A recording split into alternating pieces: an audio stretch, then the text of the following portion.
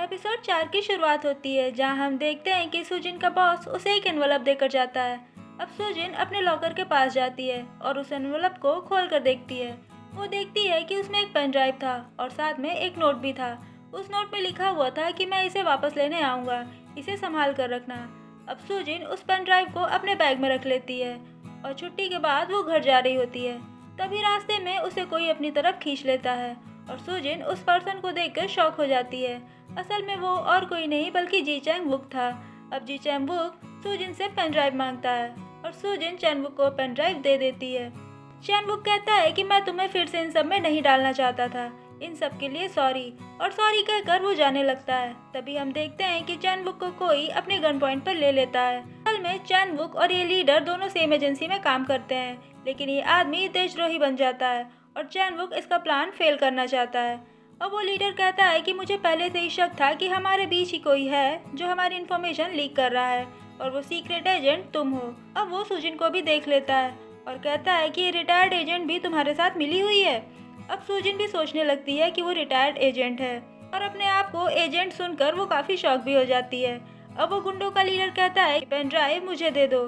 अब चैन वुक सुजिन को पीछे करता है और उन गुंडों के लीडर से फाइट करने लगता है। तभी हम देखते हैं कि उस लीडर के सारे आदमी वहां आ जाते हैं और तभी हम देखते हैं कि सुजिन भी अपने एजेंट वाले अवतार में आ जाती है। असल में स्टोरी के हिसाब से सुजिन का कैरेक्टर भी हो जाता है। अब सुजिन उन गुंडों को खूब मारती है और उस गुंडों के एजेंट को वो वहाँ पे मार देती है, जिससे वो बेहोश हो जाता है। सुजिन की फाइट स्किल देखकर चैन वुक कहता है कि तुम में स्किल्स अभी भी हैं। अब वो कहता है कि अब इनको तुम्हारे बारे में भी पता चल गया है, इसलिए अब वो उसे लेकर सेफ हाउस जाता है। सेफ हाउस जाकर चैन वुक सुजिन से कहता है कि तुम्हें खतरे में डालने के लिए एक बार फिर से सॉरी, और वो बाय कहकर वहाँ से जाने लगता है और तभी चैन वुक गिर जाता है। अब सुजिन भागकर चैन वुक के पास आती है और देखती है कि चैन वुक को गोली लगी हुई है और काफ़ी ब्लीडिंग भी हो रही है। अब सुजिन चैन वुक की मरहम पट्टी करती है। तभी हम देखते हैं कि चैन वुक पेन ड्राइव की मदद से गुंडों का सारा प्लान लैपटॉप में देख रहा होता है और सुजिन उसे घूर घूर कर देख रही होती है। ऐसा करते हुए चैन वुक सुजिन को देख लेता है और सुजिन तुरंत फर्स्ट एड बॉक्स ठीक करने लगती है। चैन वुक सुजिन से कहता है कि लगता है कि मैं उनकी चाल में फंस चुका हूँ, हम इतने दिन बाद मिले तो भी मैंने तुम्हें मुसीबत में डाल दिया। अब सुजिन कहती है कि कोई बात नहीं और वो उसे बाय कर कर वहाँ से जाने लगती है। तभी चैन वुक उसका हाथ पकड़कर अपने पास बैठा लेता है और चैन वुक कहता है कि तुम्हारा नया काम कैसा चल रहा है। अब सुजिन कहती है कि मेरा काम तो सही चल रहा है, लेकिन तुम्हारी जॉब बहुत डेंजरस है। अब चैन वुक कहता है कि मैंने भी सेम तुमसे यही कहा था जब हेडक्वार्टर्स में मैं तुम्हारा लीडर था। चैन वुक कहता है मैं ये सब इसलिए कर रहा हूँ क्योंकि ये मेरी ड्यूटी है। अब सुजिन अपने बारे में भी जानना चाहती है और वो चैन वुक से कहती है कि जब मैं एजेंसी में थी तो क्या मैं बहुत बहादुर थी। चैन वुक कहता है कि तुम बहुत लापरवाह थी। अब सुजिन सोचने लगती है कि क्या मैं कभी लापरवाह भी हो सकती हूँ। अब चैन वुक कहता है कि अगर मुझे तुमसे प्यार ना हुआ होता तो शायद हम आज साथ में काम कर रहे होते। ये सुन के सुजिन शॉक हो जाती है। अब चैन वुक कहता है कि इसीलिए मैंने तुम्हें जॉब से निकाल दिया क्योंकि तुम्हारी जान मैं खतरे में नहीं डालना चाहता था। अपने हेडक्वार्टर्स में किसी पे भरोसा नहीं कर सकता था, इसलिए पेन ड्राइव को रखने के लिए मैंने तुम्हारी हेल्प ली। चैन वुक सुजिन से कहता है कि अब मैं तुम्हारा तुमसे कभी नहीं मिलूंगा और ये कहकर वो वहाँ से जाने लगता है।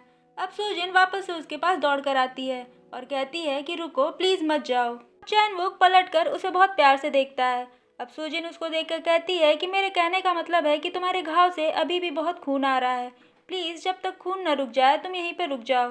ये सब सुन के चैन वुक कहता है कि तुम्हें छोड़कर जाना मेरी सबसे बड़ी गलती है, मैं प्रोटेक्ट करने के लिए मैं अपनी जान भी दांव पर लगा सकता हूँ। अब सुजिन सोचती है कि यही मेरा सच्चा प्यार है, ये मेरे लिए अपनी जान भी दे सकता है।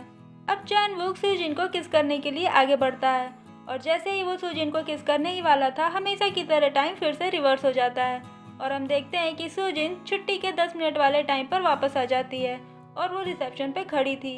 हम देखते हैं कि सुजिन काफ़ी सैड रहती है। जैसे ही वो कार्ड पर देखती है चैन वुक की फ़ोटो वहाँ अपीयर हो जाती है। सुजिन काफ़ी सैड रहती है, वो सोचती है कि हर बार किस होते होते रह जाता है, क्या मैं अपनी फर्स्ट किस कभी कर भी पाऊँगी।